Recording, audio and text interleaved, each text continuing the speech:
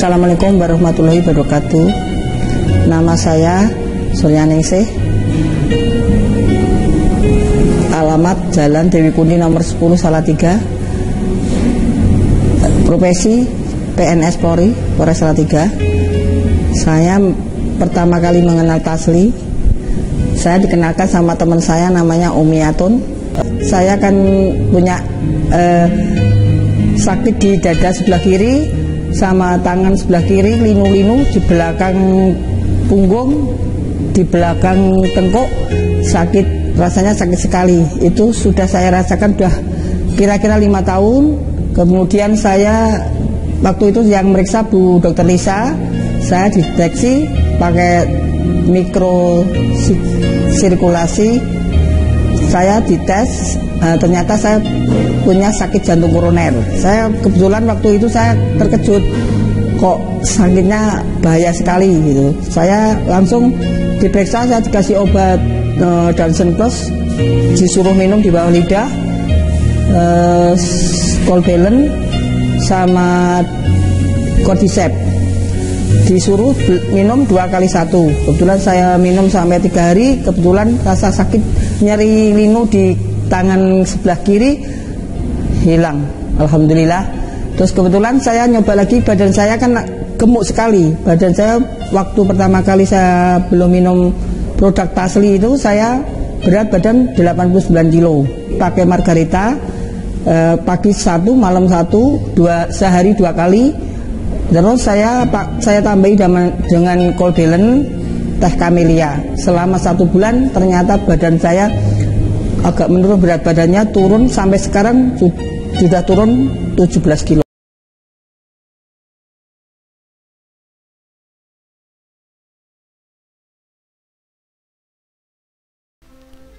Halo, jumpa kembali bersama saya Hadi Dharma Prayitno. Kali ini kita akan membahas perihal penyakit jantung dan pembuluh darah. Lebih tepatnya kita akan membahas mengenai 5 kondisi bermasalah pada jantung. Pada animasi berikut akan kami jelaskan beberapa kondisi yang menyebabkan penyakit jantung. Yang pertama adalah penyakit jantung koroner. Penyakit jantung koroner terjadi ketika arteri koroner mengalami penyempitan atau penyumbatan, dan hal itu dapat mengakibatkan berkurangnya jumlah oksigen yang dihantarkan menuju ke jantung.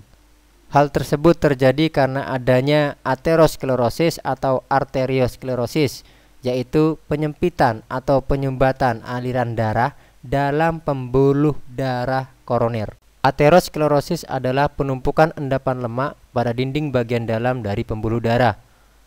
Kolesterol yang tinggi, lemak, dan partikel lainnya mengakibatkan terbentuknya plak pada dinding pembuluh darah. Tumpukan ini terjadi akibat dari kolesterol yang tinggi dan mengakibatkan menyempitnya diameter pembuluh darah dan membatasi aliran dari darah tersebut. Sedangkan arteriosklerosis adalah pengerasan dinding arteri yang disebabkan oleh bertumpuknya endapan kalsium. Hal ini juga dapat menjadi penyebab penyumbatan pembuluh darah, atau biasa disebut juga dengan pengerasan dinding pembuluh darah. Pengerasan ini dapat menyebabkan rusaknya elastisitas arteri dan dapat menjadi pemicu dari tekanan darah tinggi. Dan karena kondisi permukaan yang keras, maka akan sangat mudah untuk terjadinya penyumbatan. Dan apabila terdapat trombus atau sel darah yang menggumpal, maka akan dapat terjadi penyumbatan pembuluh darah. Bahkan trombus tersebut dapat pecah menjadi sebuah embolisme dan menyumbat di tempat yang lain. Dan ketika penyumbatan terjadi, hal tersebut dapat mengakibatkan matinya jaringan sel, dan pada beberapa kasus dapat mengakibatkan kematian.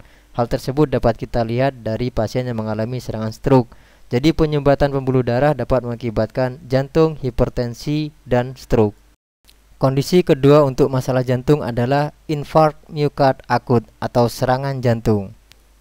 Infark miokard akut terjadi karena sebagian otot jantung mati yang disebabkan kekurangan oksigen akibat penyumbatan pembuluh darah, sehingga aliran darah ke jantung jadi berkurang.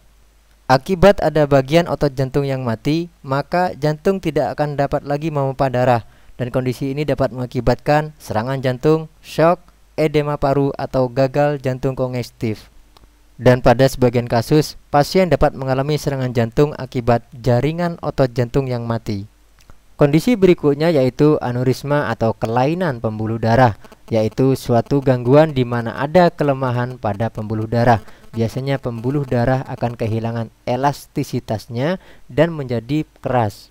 Dan ketika daerah yang lemah pada arteri pecah, maka akan terjadi pendarahan dan jaringan sel di sekitarnya pun akan terjadi kerusakan. Dan apabila pembuluh darah yang pecah terjadi pada bagian otak, maka akan dapat mengakibatkan serangan stroke. Karena itu, stroke terjadi karena penyumbatan atau pecah pembuluh darah. Dan yang lebih mengerikan lagi, jika pembuluh darah yang pecah terjadi pada pembuluh darah arteri, maka dapat mengakibatkan kematian karena shock. Kondisi berikutnya yaitu aritmia atau jantung berdebar. Kelainan sistem fungsi elektrik pada jantung biasanya akan mengakibatkan aritmia. Kelainan fungsi pada sistem elektrik jantung dapat mengakibatkan beberapa irama jantung yang abnormal. Di antaranya adalah bradikardi atau detak jantung lambat yang tidak normal di bawah 60 denyut per menit, takikardi atau lebih dari 100 denyut per menit, atau irama jantung cepat dan tidak beraturan atau ventricle fibrilasi sementara jantungnya tidak berdenyut. Dan yang terakhir adalah tidak ada denyut jantung sama sekali atau asistole. Kondisi berikutnya yaitu gagal jantung kongestif. Gagal jantung kongestif adalah keadaan di mana terjadinya penumbukan cairan berlebih pada paru-paru, rongga dada, atau organ lainnya. Hal ini diakibatkan karena kurangnya jantung dalam memompa darah atau kegagalan paru-paru dalam melakukan fungsinya. Penyebab terjadinya gagal jantung kongestif adalah kelainan katup jantung, hipertensi atau tekanan darah tinggi, dan adanya penyakit paru-paru.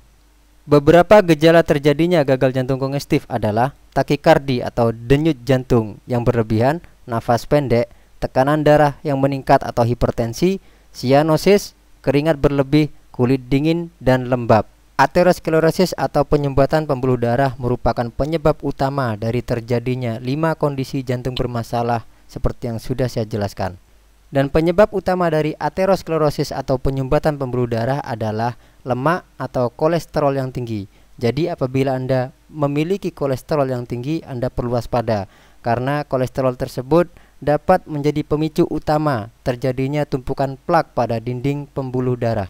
Solusi kedokteran untuk mengatasi aterosklerosis atau penyumbatan pembuluh darah biasanya dilakukan operasi pasang ring atau pasang stent.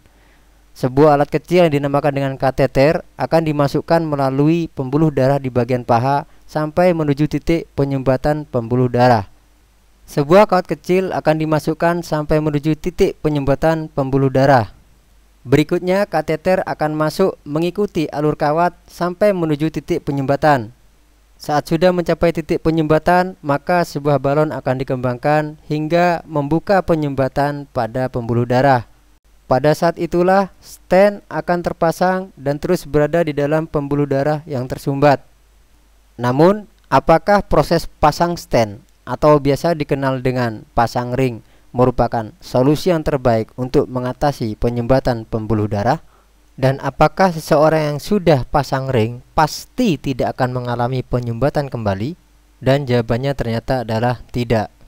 Dalam beberapa kasus, pasien yang sudah pernah pasang ring masih mengalami penyumbatan pembuluh darah kembali dan disarankan untuk harus pasang ring kembali. Tentunya hal tersebut dengan biaya yang sangat besar. Lalu mengapa hal tersebut dapat terjadi? Tumpukan plak pada dinding pembuluh darah tidak hilang dan sangat mungkin untuk semakin tebal dan menjadi penyebab penyumbatan terjadi kembali. Dan yang nomor 2 adalah kolesterol jahat atau LDL tidak berkurang dan menjadi penyebab penumpukan plak pada dinding pembuluh darah terjadi kembali. Lalu apa? Apa solusi terbaik untuk penyumbatan pembuluh darah? Solusi terbaik untuk penyumbatan pembuluh darah adalah pengobatan dari dalam yang dapat menghancurkan plak penyebab penyumbatan pembuluh darah. Dan yang nomor 2 adalah obat herbal alami yang dapat menekan kadar kolesterol jahat atau LDL agar sel darah menjadi sehat kembali. Dan semua jawaban tersebut terangkum dalam satu obat, yaitu ICP kapsul dari Tasli. Di dalam video ini akan kami jelaskan bagaimana cara kerja dari ICP kapsul dari Tasli. Dengan cara konsumsi sublingual atau menuang isi kapsul di bawah lidah, maka akan mempercepat proses penyerapan ICP kapsul untuk masuk dalam pembuluh darah. ICP kapsul akan langsung masuk menuju pembuluh darah melalui pembuluh darah yang berada di bawah lidah.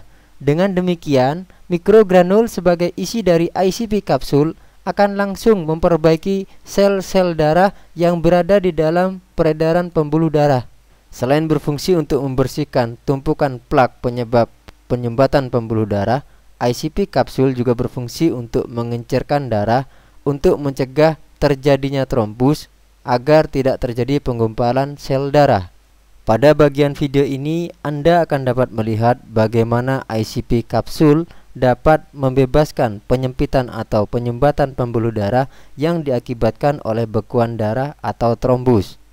Pada saat terjadi trombus, maka mikrogranul atau isi dari ICP kapsul akan mengencerkan trombus tersebut sehingga pembuluh darah dapat lancar kembali dan aliran darah menjadi normal. Dengan demikian, aliran darah menuju ke jantung akan kembali normal. Berikut ini adalah video mikrosirkulasi pada pembuluh darah manusia yang dilakukan di Keio University, Jepang. Berikut cuplikan pembuluh darah manusia yang sehat tanpa adanya plak penyebab penyumbatan pembuluh darah. Anda juga dapat melihat bagaimana kecepatan mikrosirkulasi peredaran pembuluh darah pada manusia yang sehat. Sedangkan pada bagian video berikutnya Anda akan dapat menyaksikan bagaimana pembuluh darah manusia yang memiliki tumpukan plak penyebab penyumbatan pembuluh darah. Anda juga dapat menyaksikan bagaimana ICP kapsul dapat bekerja melarutkan, menghancurkan plak-plak penyebab penyumbatan pembuluh darah tersebut hanya dalam waktu 30 menit setelah konsumsi. Plak-plak tersebut akan dilarutkan menjadi ukuran nano sehingga tidak memungkinkan terjadinya penyumbatan pembuluh darah kembali. Pada bagian video ini Anda dapat menyaksikan dengan lebih jelas bahwa ICP kapsul selain dapat mengencerkan trombus atau gumpalan darah, ICP kapsul juga dapat melarutkan plak-plak lemak penyebab penyumbatan pembuluh darah. Hanya dalam hitungan menit, plak-plak penyebab penyumbatan pembuluh darah tersebut dapat dilarutkan sehingga aliran darah normal kembali. ICP kapsul merupakan obat herbal alami yang telah banyak digunakan dan direferensikan oleh banyak dokter spesialis kardiovaskular baik di Indonesia maupun di negara-negara lain di dunia. ICP kapsul atau Dansen Plus telah memiliki izin dari Badan Pengawas Obat dan Makanan Republik Indonesia dengan nomor TI 074324071. Selain itu, ICP juga telah lulus uji klinis FDA tahap 2. Apabila Anda membutuhkan konsultasi kesehatan gratis atau Anda membutuhkan obat herbal untuk mengobati penyakit kardiovaskular seperti penyakit jantung, stroke, darah tinggi, vertigo, diabetes, kolesterol, Anda dapat menghubungi kami melalui kontak nomor 082 234 80 6000 atau Anda dapat mengunjungi website resmi distributor ICP kapsul di www.obatjantungdanstroke.com. ICP kapsul telah banyak dipergunakan di Indonesia dan juga telah banyak membantu para pasien penderita penyakit kardiovaskular. Anda dapat melihat testimoni video pengakuan dari para pengguna ICP kapsul dengan mengunjungi website kami di www.obatjantungdanstroke.com. Apabila Anda mengalami penyumbatan pembuluh darah dan disarankan untuk melakukan operasi pasang ring, atau bahkan apabila Anda telah melakukan operasi pasang ring dan mengalami penyumbatan pembuluh darah kembali, maka kami sarankan untuk menunda tindakan operasi pasang ring tersebut karena telah banyak pasien lain yang batal dan terbebas dari penyumbatan pembuluh darah setelah mengkonsumsi ICP kapsul secara rutin. Begitu pula apabila Anda atau kerabat terdekat Anda menderita penyakit stroke, vertigo, kolesterol, darah tinggi, diabetes, ataupun penyakit-penyakit lainnya yang berhubungan dengan kardiovaskular, Anda tidak perlu lagi khawatir. Anda dapat melihat langsung bagaimana pengakuan dan manfaat dari ICP kapsul dengan melihat video testimoni dari para penggunanya di website kami, yaitu di www.obatjantungdanstroke.com. Apabila ada pertanyaan seputar penyakit kardiovaskular, Anda dapat menanyakan kepada kami secara langsung, baik melalui telepon, SMS, WhatsApp, maupun melalui BlackBerry Messenger melalui kontak kami di 082 234 80 6000. Silahkan sebarkan video ini untuk keluarga dan sahabat terdekat Anda.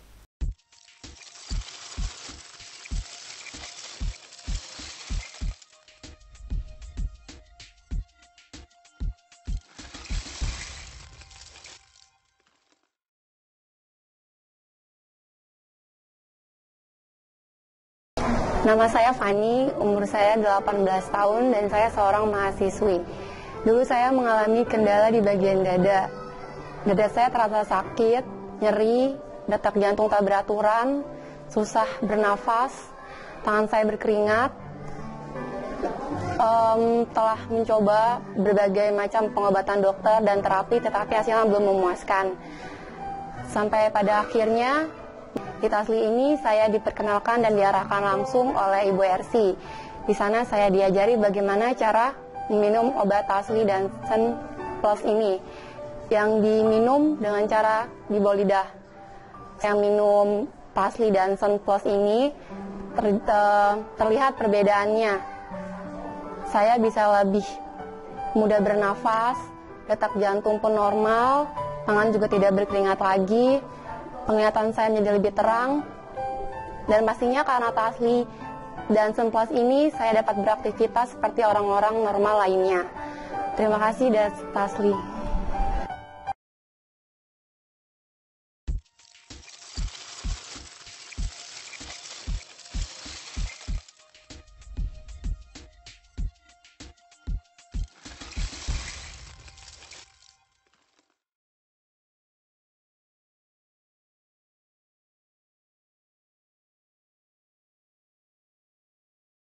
Saya Ibu Suyatmi, rumah saya di Kalangan RT 9, Kamuntapan, daerah Bantul. Dan saya dulu punya penyakit jantung dan mah, tapi minum Densen bersama Cordyceps bersama itu sembuh. Jantungnya seperti cocok-cocok sudah hilang. Dan saya lanjut kemarin itu saya minum teh Dipiur sekitar habis 1 kaleng. Belum habis semuanya. 1 kali 1 hari itu turun berat badan saya 1 minggu itu 4 kilo. Ya, ini masih lanjut. Jadi sekarang berat badannya tinggal 69 kilogram. Dan untuk alerginya dulu 1,5 tahun, sekarang sudah sembuh total ini. Nggak pernah gatel, dingin ya nggak pernah gatel, sumuk ya nggak pernah gatel sekarang sampai saat ini.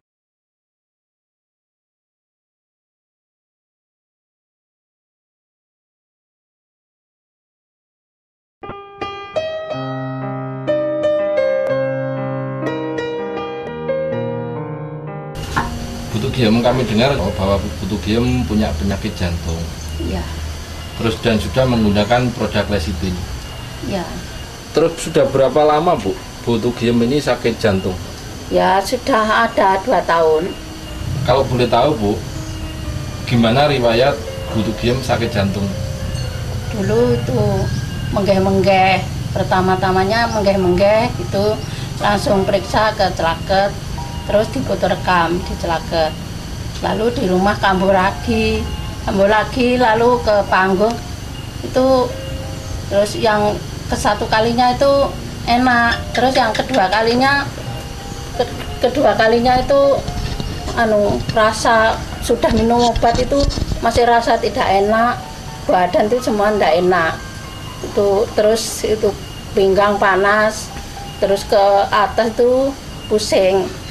Lalu ya itu, terus saya ke Pak Ponco dikasih tahu ini lecitin. Lalu lalu terus saya dikasih itu, lalu saya minum 1 kali itu, yang 1 botol itu sudah habis, rasanya sudah lain. Terus yang kedua kalinya masih itu diminum masih sedikit, jadi ya sudah ada manfaatnya itu. Cara konsumsi produk ini bagaimana, Bu? Ini sehari ini tiga kali. Pertama 2 sendok, sekali minum 2 sendok, terus sehari 3 kali yang ini. Terus yang ini ya juga pertama minum 2 sendok sekali minum, terus sehari 3 kali. Berarti 3 kali juga ya. Bu Tugiem setelah konsumsi lecithin sama klorobil, ini apa masih mengkonsumsi obat-obat dari dokter? Tidak. Ini sudah berapa lama Bu tidak konsumsi obat dari dokter, Bu? Ya sudah 1 bulan ada. 1 bulan semenjak ambil konsumsi ini lecithin sama klorobil. Iya. Bu Tugiem setelah konsumsi lecithin sama klorobil, kira-kira apa yang Bu Tugiem rasakan, ya? Mungkin perubahan-perubahan apa yang Bu Tugiem rasakan? Ya, saya rasakan jantungnya sudah enak, terus itu badannya ya sudah agak enak. Ya nyuci itu sudah, masak-masak sudah. Itu dulu semua itu males, belum minum ini semua males. Terus sekarang sudah minum ini semua, itu badan sudah agak enak. Terus nyuci ya sudah nyuci, masak sudah masak gitu. Pokoknya pekerjaan yang saya lakukan sehari-hari itu sudah saya kerjakan. Oh, berarti sudah banyak perubahan dari kegiatan sehari-hari yang sebelumnya nggak bisa dilakukan, tetapi setelah konsumsi ini bisa dilakukan sendiri, Bu, ya? Iya, sudah dilakukan sendiri. Terus mungkin dari, kan kadang kalau penyakit jantung ada ngongsrongnya, Bu, ya, atau sesak ya? Iya, nah, ya sesak itu ngongsrong. Setelah konsumsi lecithin ini sesaknya gimana, Bu? Sudah hilang, sudah tidak pernah sesak. Berarti sudah nggak sesak, sudah longgar, jalan-jalan sudah tidak ada keluhan, Bu, gitu, Bu, ya? Tidak. Terus kalau boleh tahu, Bu Tugiem mengenal lecithin sama klorobil ini dari siapa, Bu? Dari Pak Ponco Kesehatan di Desa Jambuer.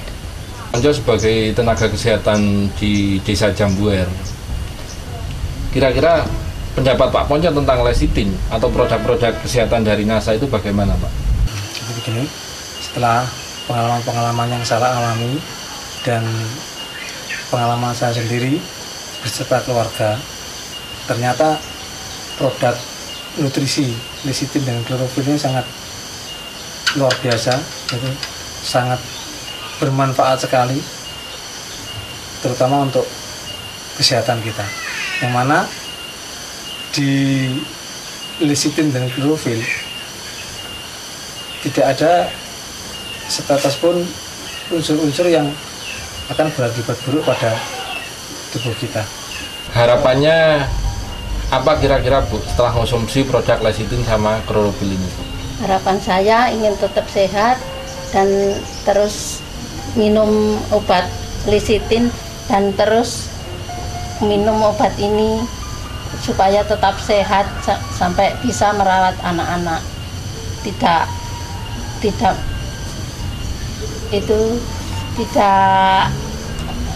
ada penyakit jantung lagi. Demikian pemirsa wawancara kami atau bincang-bincang kami dengan Bu Tugiem, dan di sini ada Pak Ponco sebagai seorang tenaga kesehatan yang tadi sudah memberikan pendapat-pendapatnya tentang produk-produk, khususnya produk kesehatan dari NASA.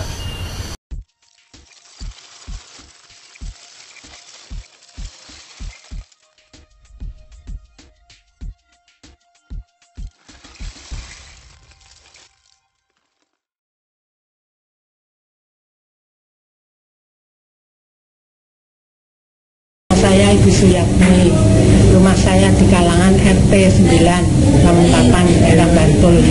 Dan saya dulu punya penyakit jantung dan mah, tapi minum Denseng sama Cordyceps bersama itu sembuh. Jantungnya seperti cocok-cocok sudah hilang. Dan saya lanjut kemarin itu saya minum teh Dipiur sekitar habis 1 kaleng. Belum habis semuanya, satu kali satu hari itu turun berat badan saya 1 minggu itu 4 kilo ya, ini masih lanjut. Jadi sekarang berat badannya tinggal 69 kilogram. Dan untuk alerginya dulu 1,5 tahun, sekarang sudah sembuh total ini. Nggak pernah gatel, dingin ya nggak pernah gatel, sumuk ya nggak pernah gatel sekarang sampai saat ini.